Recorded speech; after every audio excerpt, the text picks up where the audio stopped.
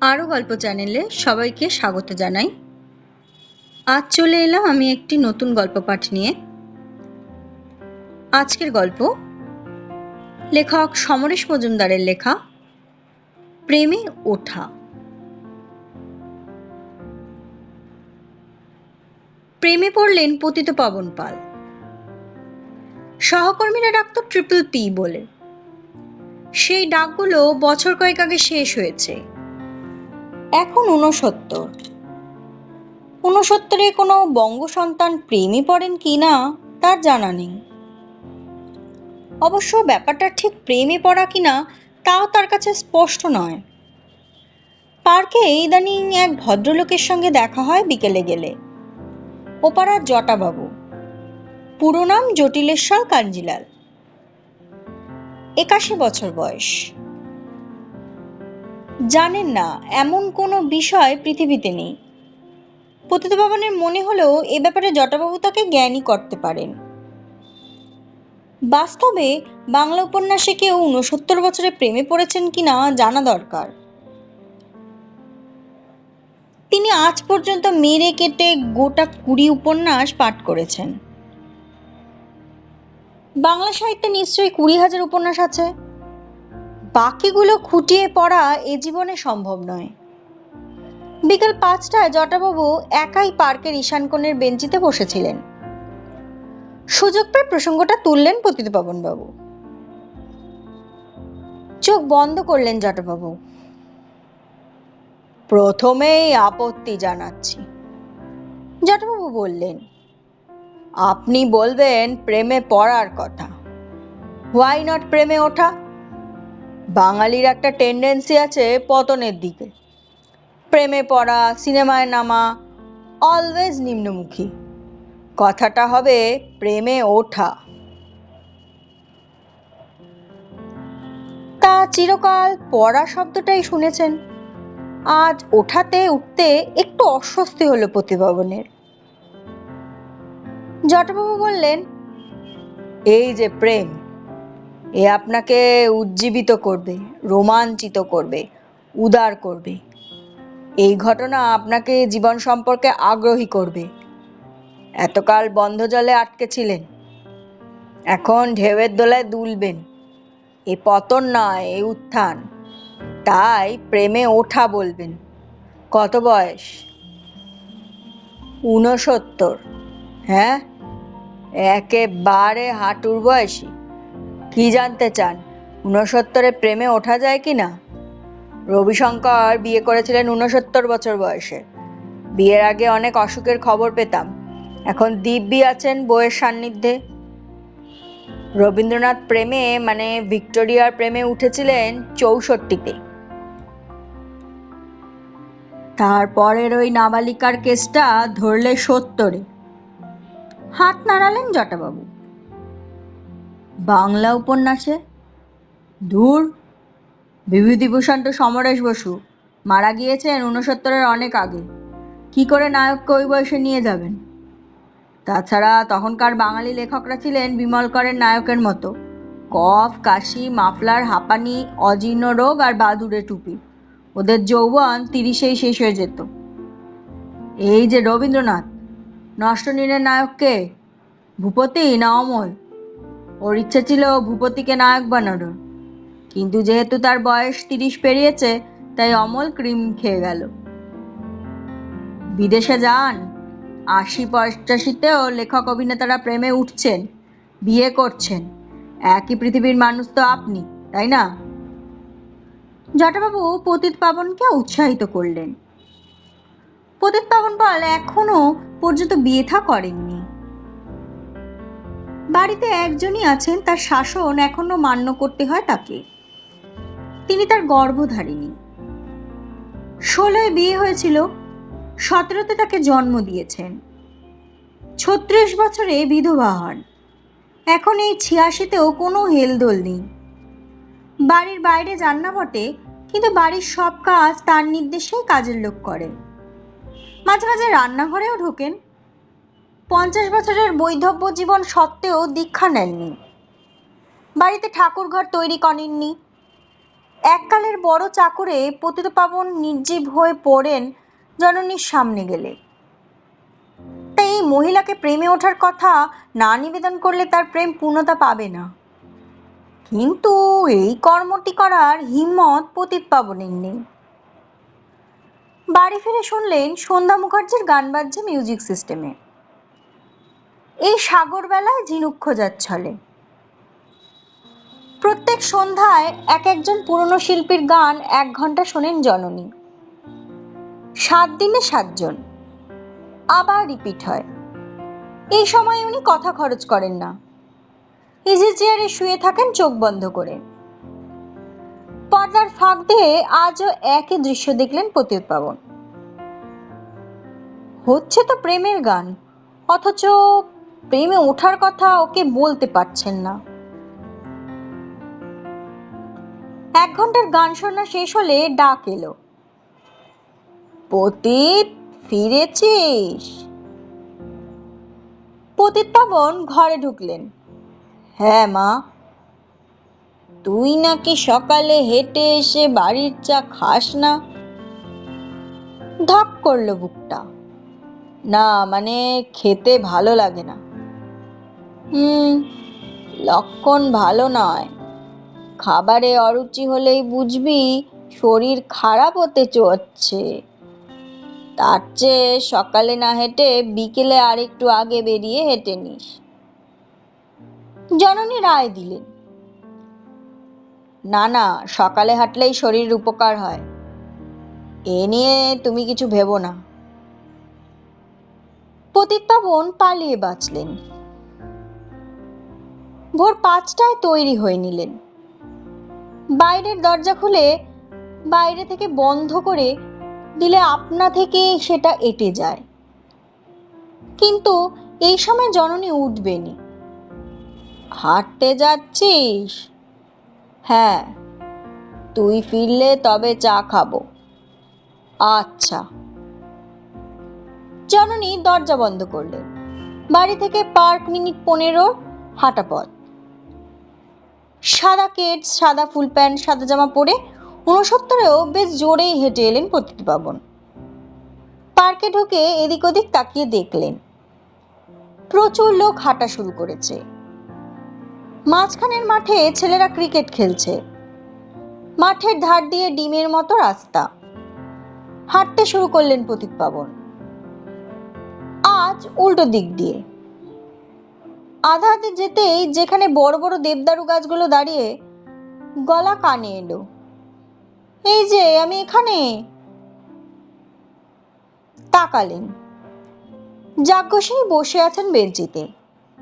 কিছু দূরে তার পরিচারিকা দাঁড়িয়ে। তার কাঁধে ফ্লাস্ক, হাতে বাস্কেট। গুড মর্নিং, কাছে গিয়ে বললেন পতিতপাবন। মর্নিং, বেলা, সাহেবকে চা দে। পতিতপাবন আপত্তি করলেন। সে কি, আমি মকাই বাড়ির চা নিয়ে এসেছি, লিকার, 1 চামচ মধু দিয়ে তৈরি। না খেলে খুব দুঃখ পাবো। ঠোঁট ফোলালেন যাজ্ঞসেনী। মকাই বাড়ি? বিড়বিড় করলেন পতিতপাবন। হ্যাঁ, দে বেলা। বেলা নামের পরিচারিকা সঙ্গে সঙ্গে কাপে চা ঢেলে এগিয়ে দিল। আপনি? এখন না, এর পরের বার। চিকেন স্যান্ডউইচ আছে আজ। পতিতপাবন হাসলেন। বাব্বা, বেড়াতে এসে এত সময় পান? আগে তো করতাম না, এখন করি। যাজ্ঞসেনী বললেন, আপনি দাঁড়িয়ে কেন, বসুন না, কত জায়গা পড়ে আছে। বেলা, যা একটু ঘুরে আয়, 8 ঘন্টার মধ্যে আসবি, যা। যাজ্ঞসেনী হাত নাড়তেই বেলা উধাও হলো। আলাপ মাত্র 10 দিনের। এই ভোরে হাঁটতে হাঁটতে একটু জিরোচ্ছিলেন। পরিচারিকাকে নিয়ে যাজ্ঞসেনী এখানে এলেন। তার দিকে তাকিয়ে জিজ্ঞেস করলেন, আপনি সঙ্গীতার স্বামী না? না না, আমি অবিবাহিত। কিছু মনে করবেন না, কি ভুলটাই না করেছি। তাতে কি হয়েছে? আমি পতিতপাবন পাল। আমি যাজ্ঞসেনী দত্ত। উইটো বিয়ের আগে বসছিলাম। ও, খুব স্যাড। পতিতপাবন বললেন। স্যাড কেন? না, আপনার উনি চলে গেছেন। ভালোই হয়েছে, ক্যান্সারে ভুগছিল, যন্ত্রণা পাচ্ছিল খুব। আমার তখন অল্প বয়স, এই ৩৯ কি ৪০। ২০ বছর হয়ে গেল। তাহলে অবশ্য ভালোই। চা খাবেন? চা? বেলা, সাহেবকে চা দে। সেই আলাপ। তারপর প্রতিটি সকালে ১ ঘন্টার জন্য দেখা। হাঁটা মাথায় উঠল। জানলেন যাজ্ঞদেবীর বয়স ৫৯। ছেলে মেয়ে হয়নি, নিজের বাড়ি, অর্থাভাব নেই। গান শোনা আর বই পড়া ওর হবি। আর খাওয়াতে ভালোবাসেন। কিন্তু ভালোবাসলেই তো হলো না, ভালো লোক চাই যাকে খাওয়ানো যায়। তাই ভোর না হতে হতেই মন আনচান করে আজকাল। কখন যাজ্ঞসেনীর দেখা পাওয়া যাবে? এককালে যে সুন্দরী ছিলেন তা এখনো বোঝা যায়। স্লিভলেস পরেন। সেকালে হয়তো শাঁখের মতো ছিল হাত দুটো, এখন গজ দাঁতের মতো।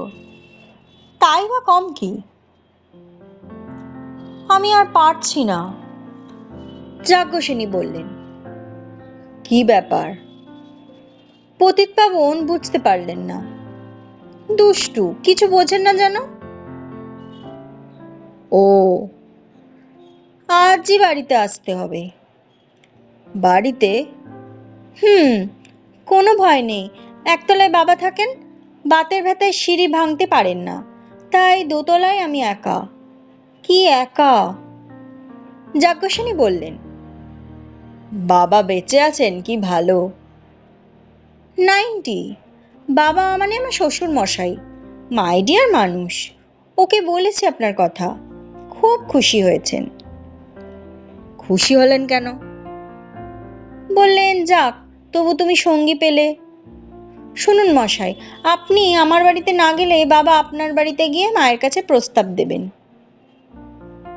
আঁতকে উঠলেন পতিতপাবন। অসম্ভব। কেন অসম্ভব? কেন? আমার মা যে কি মানে কত কড়া, তা তো জানেন না। আশ্চর্য, ৬৯ বয়সেও আপনি শিশু হয়ে আছেন নাকি? না, তা নয়। তার মানে মায়ের ভয়ে আপনি এগোবেন না? তা নয়। তা নয় তা নয় করছেন, ভয়টা কি বলুন? পতিতপাবন চুপ করে থাকলেন। সেটা দেখে যাজ্ঞসেনী সরাসরি জিজ্ঞেস করলেন, সব খুলে বলুন তো, আপনি আমার প্রেমে পড়েননি? না, প্রেমে উঠেছি। মানে? জটাতার কথা বললেন পতিতপাবন। শুনে হেসে গড়িয়ে পড়লেন যাজ্ঞসেনী। একবার পতিতপাবনের গায়েও ছোঁয়া লাগলো, সেই সঙ্গে ভালো সেন্ট নাকি এলো। পতিতপাবন বললেন, ভাবছি আমি নিজেই মাকে বলবো। গুড, এই তো চাই। আজ বিকেলে আমার বাড়িতে আসতে হবে, বাবা আলাপ করার জন্য মুখিয়ে আছেন। যাজ্ঞসেনী ঘোষণা করলেন। দরজা খুলল বেলা। দেখেই চেঁচালো, এসে গেছেন, এসে গেছেন। মা এখন বাথরুমে, বসুন। কে রে বেলা? বৃদ্ধের গলা কানে এলো। ওই যে সে। বেলা কান পর্যন্ত হাসল। বৃদ্ধ ঘরে ঢুকলেন। পাকা আমের মতো দেখতে। পতিতপাবন? আজ্ঞে হ্যাঁ। বৌমার প্রেমে হাবুডুবু খাচ্ছ? না মানে। আবার না কিসের? বসো, বেথা করনি শুনলাম। হ্যাঁ, করা হয়ে ওঠেনি। এই ২০ বছরে অন্তত ১৫ জনকে দেখলাম। ম্যাক্সিমাম আয়ু যার ছিল সে ৩ সপ্তাহ এসেছিল, ব্যাস। কেন? বৌমা তো সতী সাবিত্রী মহিলা, খাবার খাওয়াবে, গল্প করবে, যত্ন নেবে, কিন্তু নিজের ঘরে একা শোবে আমার ছেলের ছবি নিয়ে। বিয়ের পর কোনো পুরুষ সেটা সহ্য করবে বলো? আমার মতো বুড়োও করবে না। ফিকফিক করে হাসলেন বৃদ্ধ। পতিতপাবন আর দাঁড়ালেন না, খোলা দরজা দিয়ে বাইরে পা বাড়ালেন। প্রেমে পড়লে গড়াগড়ি খেতে হয়, কিন্তু প্রেমে উঠলে তো উড়ে যাওয়া যায়। আর যাই হোক, প্রেমে ওঠা তো ওলা ওঠা নয়। শেষ হলো সমরেশ মজুমদারের লেখা গল্প প্রেমে ওঠা। আশা করি এই গল্প পাঠটি আপনাদের ভালো লেগেছে। আপনারা আমার চ্যানেলে নতুন হলে চ্যানেলটিকে অবশ্যই সাবস্ক্রাইব করে দেবেন, আর পাশে থাকা বেল বাটনটি ক্লিক করে দিন, যাতে আমি যখনই গল্প দেব সাথে সাথে আপনাদের কাছে নোটিফিকেশন চলে যায়। আর এই গল্পটাকে অবশ্যই একটা লাইক করে দিতে ভুলবেন না, আর আপনাদের মূল্যবান মতামত কমেন্ট বক্সে লিখে জানান। ধন্যবাদ।